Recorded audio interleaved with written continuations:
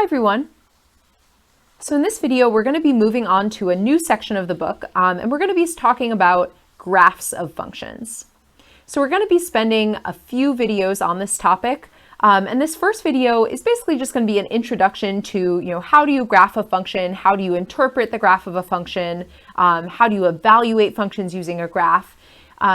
I think most of the stuff in this video should be review for most of you, but it is really, really important. So I really recommend watching this video, paying close attention, because if you're not solid on the basics that are covered in this video, I think it will be really challenging to keep up when we get to more complicated stuff with graphs later on.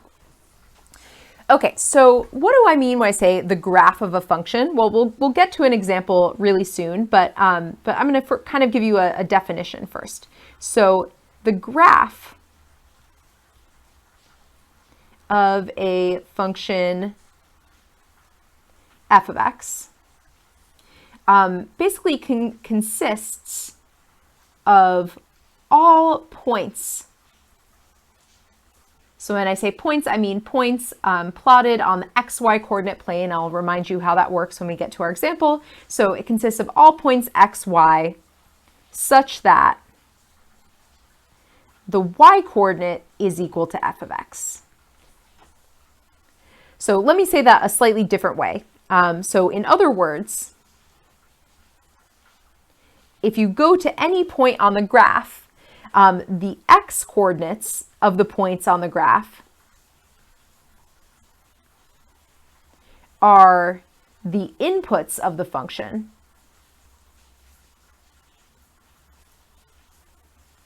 whereas the y coordinates of the points on the graph,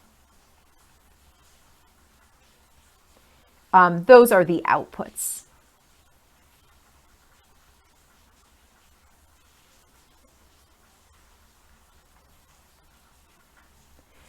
Okay, so the first thing I want to do is an example of sketching a function. So if you're given a formula, how can you turn that formula into a graph? So first example here, we're going to sketch the graph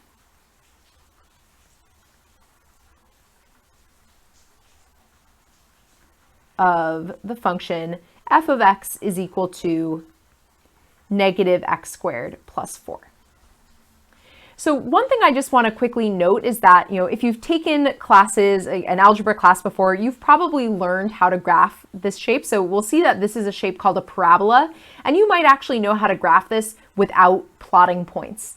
And it's something we're actually going to work on pretty soon in this class. Is we're going to actually learn how to graph something like this, and graph a lot of things actually without having to plot like point by point. However, it's really good to kind of have as like a backup method in your mind that anytime you have to sketch the graph of something, if you don't remember what it looks like, you can always plot points. It takes a little bit longer than, remembering kind of what kind of graph it is and things like that, but it will get you the graph for the most part. So let's make a table. So on this table, you can kind of, it depends on, for different functions, there are going to be different values that you want to include in your table. But I think a good place to start for most functions would be going from -2 to +2. So what we're going to do is just plug each of these x values in, see what we get for our outputs, and then we'll plot the corresponding points. Okay, so for the first point, if we plug in -2, so to find f of x, we're going to do negative, this is a little tricky, -2 squared plus 4.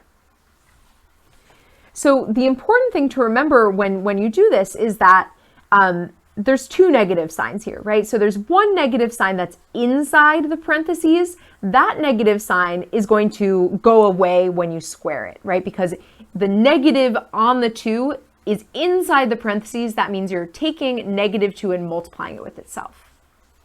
However, there's an additional negative sign outside.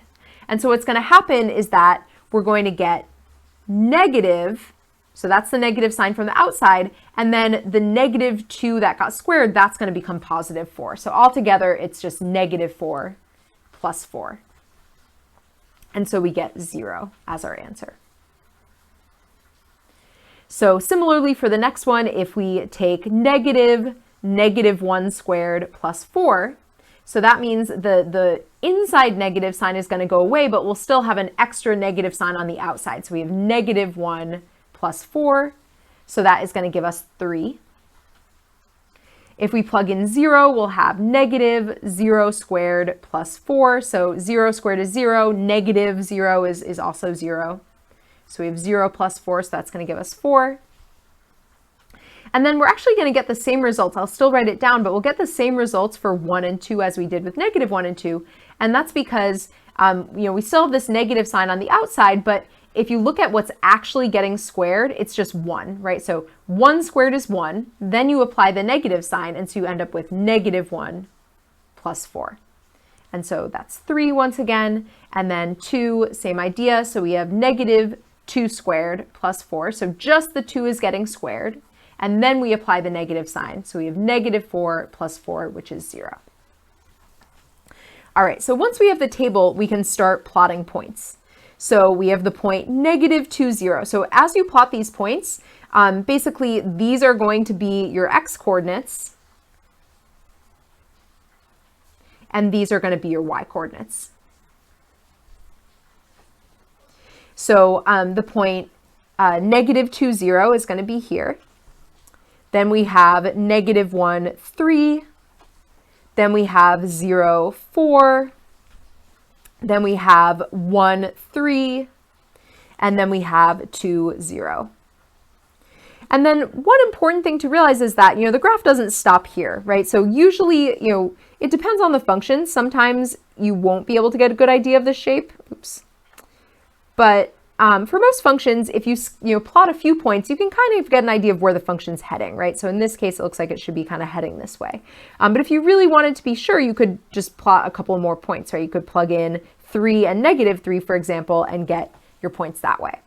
And then oftentimes when we're graphing a function, we'll put these arrows on the end to symbolize the fact that the function keeps going, right? We can't possibly fit the whole graph because it keeps going forever. And so we're just kind of put the arrows to denote that. So one other question I want to ask about this function is, I want to ask whether a particular point lies on the graph.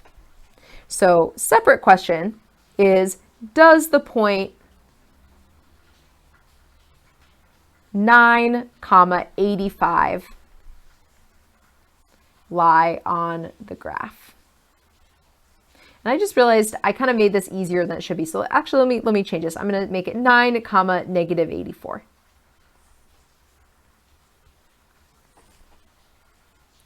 Okay, so we don't have that point on our graph, right? That's beyond, like 9 is way out here. It's not included on our graph. So we can't just look at the graph and see whether the point is there.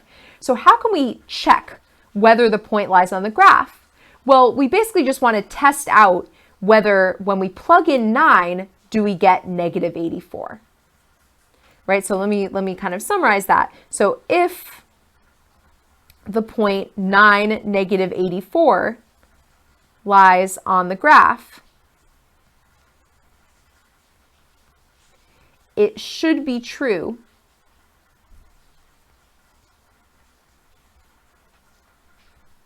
that f of 9 is equal to negative 84, right? That's like, if you go back to how we made this table, we plugged in points and we plotted the points. So this is just working backwards. It's saying, here's the point, what happens if you plug it in, basically. And so let's check this out. Let's test it. So if we evaluate f of 9, we get negative 9 squared plus 4. And so 9 squared is 81, so we have negative 81 plus 4. And so negative 81 plus 4 is equal to negative 77. And so negative 77 is not equal to negative 84, right? So it's not the point that we were being asked about. So the answer is no. So that's how you can check whether a particular point lies on the graph, is just by plugging it in. Okay, so I want to do another problem that is kind of similar actually to what we just did on that last question. So I have this function graph. So sometimes you are given a graph and you're not given a formula, right? So let's just say I'm just telling you this function is g of x. And so what I'm going to ask you is, which of the following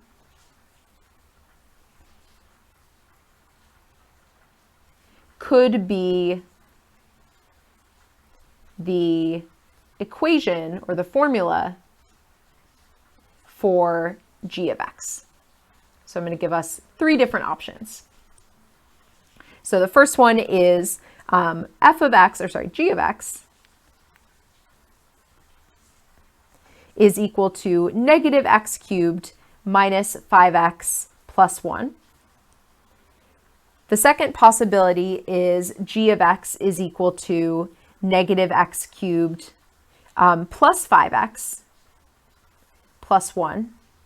And then the third option is g of x is equal to negative x cubed plus 5x minus 1. So just very similar, different variations on the same formula. So how can we figure out, which one of these is the correct equation? Well, it kind of goes back to what we did on the last one, which is we know that if a particular formula matches with the graph, then when you plug in points from the graph into the equation, you should get a true statement. So the first point I want to focus on is probably the easiest point to plug in is the point 0, 1, right? We know the point 0, 1 lies on the graph. And so what we can do is we can try to plug the point 0, 1 or plug x is equal to 0 into each of these and see if we get 1. So we can start by plugging in x is equal to 1 x is equal to 0 and check if we get f of 0 is equal to 1, right? That's what we want. And so if we check out the first equation, if we plug in 0, so g of 0, we get negative 0 cubed minus 5 times 0 plus 1. And so 0 cubed is 0, 5 times 0 is 0, so we get 1. And so that one does work.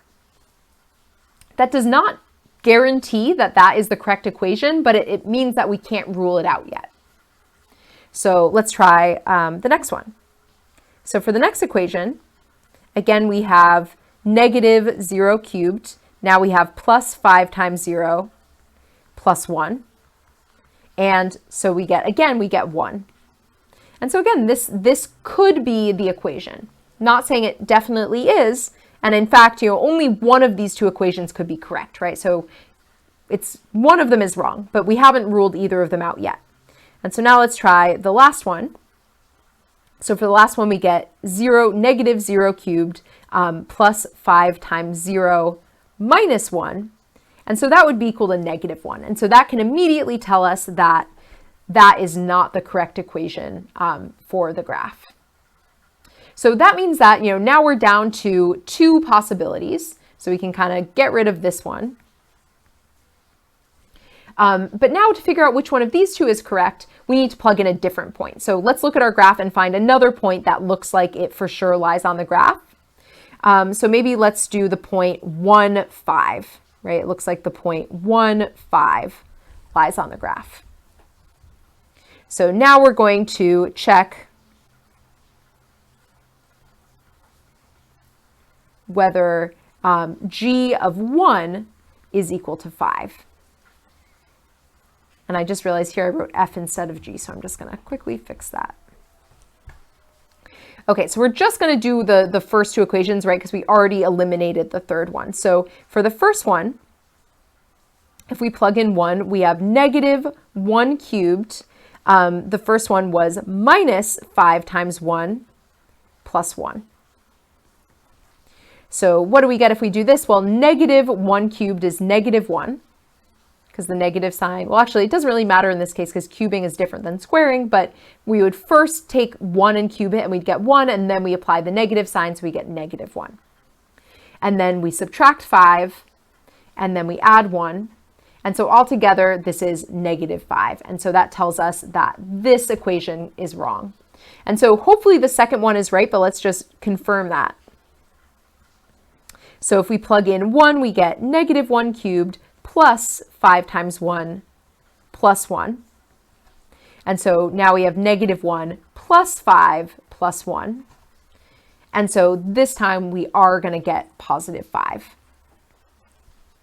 And so we eliminated this second equation, and so the correct answer has to be the first one. So yeah, the basic thing I want you to really kind of get out of this part of this video is just really understanding the relationship between the graph and the equation, right? So understand that every single point that lies on this graph, if you plug it into the equation, you'll get a true statement, right? You'll get g of 1 is equal to 5, g of 0 is equal to 1. And by the way, that goes for all these points in between too. So the reason I use these 2 points is because these are nice kind of whole number points. But like, for example, here, we have some point here, right? Probably if I had to estimate, I would say it looks like maybe it's like 0.2, comma 2. That's probably not exactly the right point, but whatever the actual coordinates are of that point, if you take that point and plug it into the equation, you would get a true statement. So every single point on this graph satisfies the equation that goes with the graph. And so it kind of goes both ways. If you have the graph, you can check whether the equation works by plugging in points. And then on the other hand, if you have the equation, you can draw the graph by plugging in points. So next we're going to look at an example where we have a graph of a function, but we're actually not given the formula of the function, and we're not even going to find it, right? So in the last example, we had a graph and we were given some different options for the formula. This one, we're never actually going to even know what the formula is, and that's okay. And that's something that will definitely come up in this class. Sometimes you're just presented the graph itself as the function and there's just no mention of what the formula is, but you can still answer a lot of questions about the function even without knowing what the formula is. So in this case, I want to answer a few questions based on this graph. So this function, let's call it h of x. So the first thing I want to do is I want to evaluate h of -2.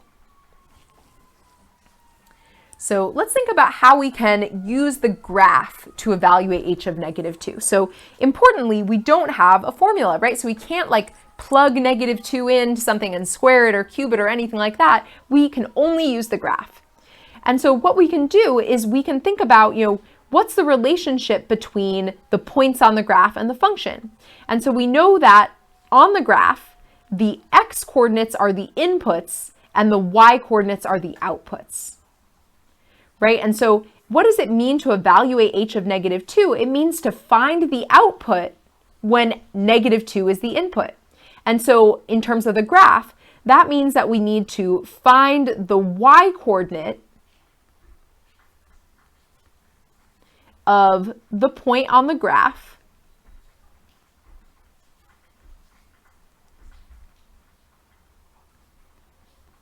where x is equal to -2. And so if we go on the graph and we look for where is x equal to -2, we can see that there's a point right here, and the x coordinate is -2 and the y coordinate is 1. And so that tells us that h of -2 is equal to 1. Let's do one more kind of this style, and then we'll do one that's a little bit different. So let's evaluate h of 0. So how could we rephrase this question? Well, in this case, now we know the input is 0 and we want the output that goes with that. And so that means that we want to find the y coordinate of the point on the graph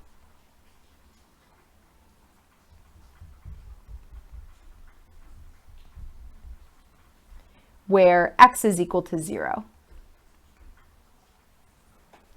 And so if we go to x is equal to 0 and look where is there a point on the graph? Well, there's a point right here. And so this is the point 0, -2. And so the y coordinate is our output. And so that tells us that h of 0 is equal to -2. Okay, so notice that in both of these questions, we were given the x coordinate, right? In the first one, we knew that the x coordinate was -2. In the second one, we knew the x coordinate was 0, and we had to find the y coordinate. And so the next two questions we're going to work on are going to be kind of the reverse of that. So the next question I want to answer is, I want to use the graph to find all values of x,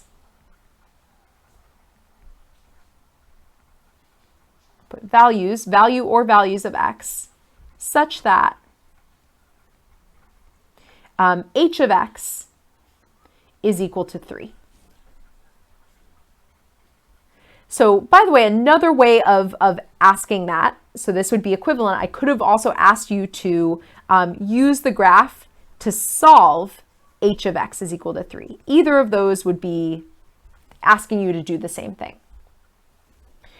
Okay, so if h of x is equal to 3, remember that the output is the y coordinate. And so whereas on the previous examples, we were given the x coordinate, right? We were given the input.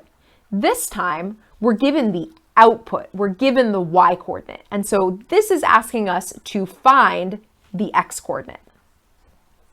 And so here what we're going to do is we're going to find the x coordinates, because we'll see in some cases there will be more than one answer, of the point or points on the graph where the y coordinate is equal to 3, right? Because that's what h of x equals 3 means. It means the y coordinate is equal to 3. Okay, so let's look at our graph. Let's look for a point where y is equal to 3. So y is equal to 3 at this point here. And so this is the point 2, 3. And so what is the value of x when y is equal to 3? Well, we can see from the graph that it's 2. So our answer is x is equal to 2. And the reason that that is our answer is because h of 2 is equal to 3. All right, let's do one more.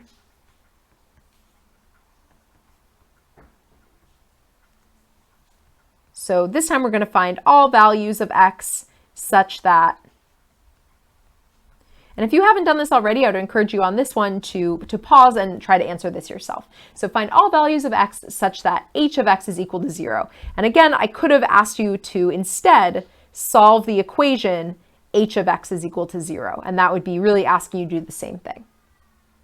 And why am I mentioning this thing about solve? Well, I just want to again remind you that solving doesn't always mean doing algebra, subtracting from both sides of the equation. Solving just means finding the solution. So solving h of x equals 0 means just finding all values of x that make it true.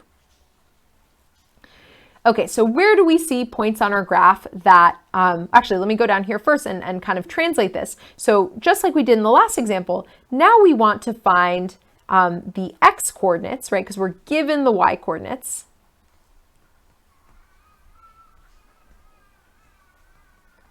Of the point or points on the graph.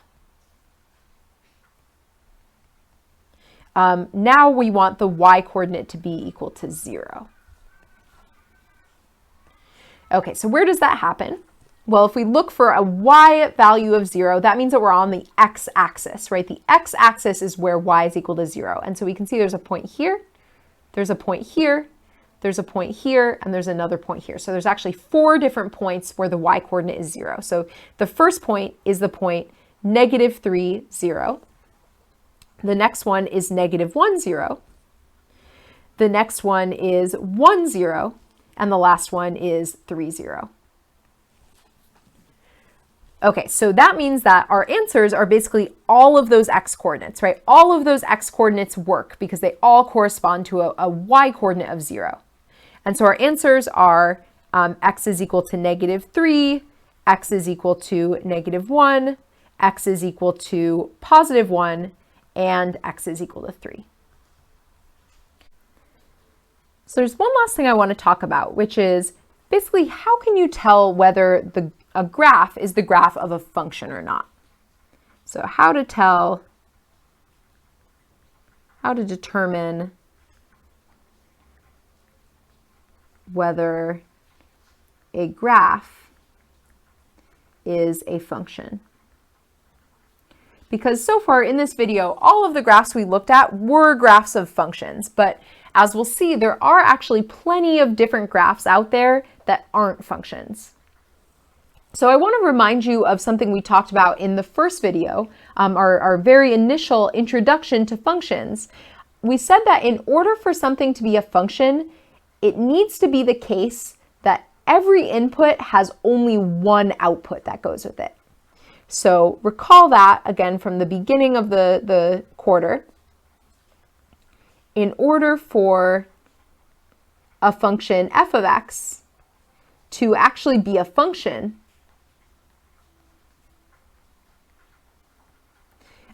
no input can correspond to more than one output.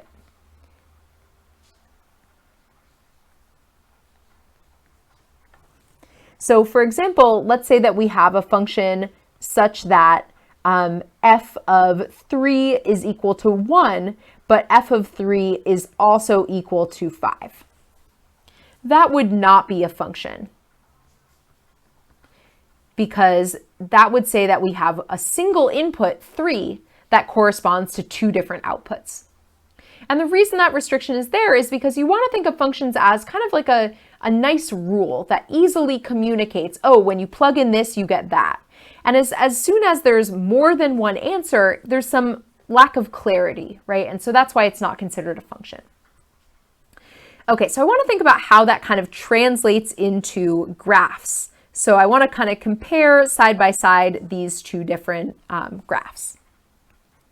And we'll see that there's basically a rule that you can use to determine whether a graph is a function or not. So which of these graphs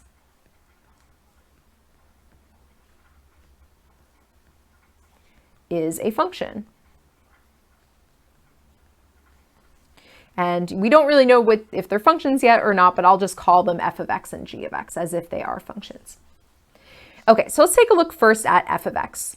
So what we want to be checking for is that for each x value, there should only be one y value, right? Because the x values are the inputs and the y values are the outputs. And we just said that no input can correspond to more than one output. So let me make kind of a note here, which is that if we're talking about graphs, an input is an x coordinate, right? In the context of graphs, inputs are x coordinates.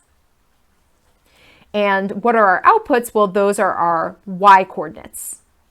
So you could kind of restate the same statement we have and say that in order for f of x to be a function, no x coordinate can correspond to more than one y coordinate. So we want to go from left to right and just look and see, are there any places where there's an x coordinate that has more than one y coordinate? And if you scan this first function from left to right, you'll see that every single x coordinate has only one y coordinate. There's no place where a single x coordinate corresponds to multiple y coordinates. So I'm going to write that down, and then I think when we'll see that the next one isn't a function. I think that'll make it clearer why this one is. So this is a function.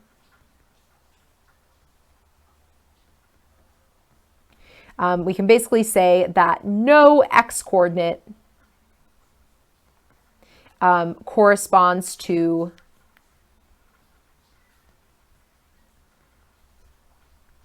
more than one y coordinate.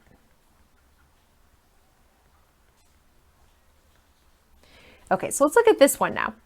So as we scan this one from left to right, it becomes pretty quickly clear that there are x coordinates that have multiple y coordinates. So I just want to show one specific example, right? So if we go to an x coordinate of 1, we have the point 1, 2, and then we also have the point 1, negative 1. And so why is this an issue? Well, if you were to try to evaluate g of 1, you would get g of 1 is equal to 2, but you would also get g of 1 is equal to negative 1. And that, as we said earlier, that's a problem. That means that this is not a function. And so the same issue will continue to occur, but just seeing it happen once is enough to rule out the whole thing of being a function. So we can already say g of x is not a function. So for example, the x-coordinate of 1, for example, there are others that we could look at as well, but that's one example, basically corresponds to 2 different y-coordinates. And that's a problem. That's not a function. So there's a rule that you can use to kind of like summarize what we just did, and you might have seen this in your previous math classes. It's what's called the vertical line test. So if you think about it, if you have a certain x-coordinate on your graph, if you're trying to figure out what is the y-coordinate that goes with that x-coordinate, you can do that by drawing a vertical line at the x value. So for example, let's say that we're looking at the first graph and we want to know what is the x-coordinate, or sorry, what is the y-coordinate when x is 1? So how can we do that? We could draw a vertical line at x is equal to 1, and we would see that that vertical line only crosses the graph once, and that is our point. That's the point 1, 2. And then same thing would happen everywhere else, right? Anywhere we draw a vertical line, it's only going to cross the graph once. So if we look at this graph, on the other hand, if we draw a vertical line at an x value of 1, we see that it actually crosses the graph 2 times. And so this is what's called the vertical line test. So I'll summarize that below.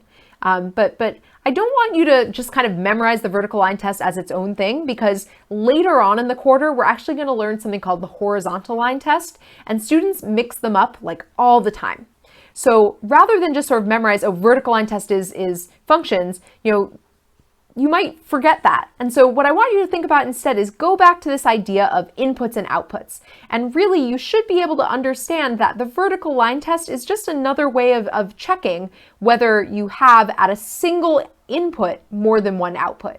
Because if you draw a vertical line at a particular x value and it hits the graph more than once, that means that there's more than one y value at that x value. Okay, so let's kind of summarize that below. So the vertical line test.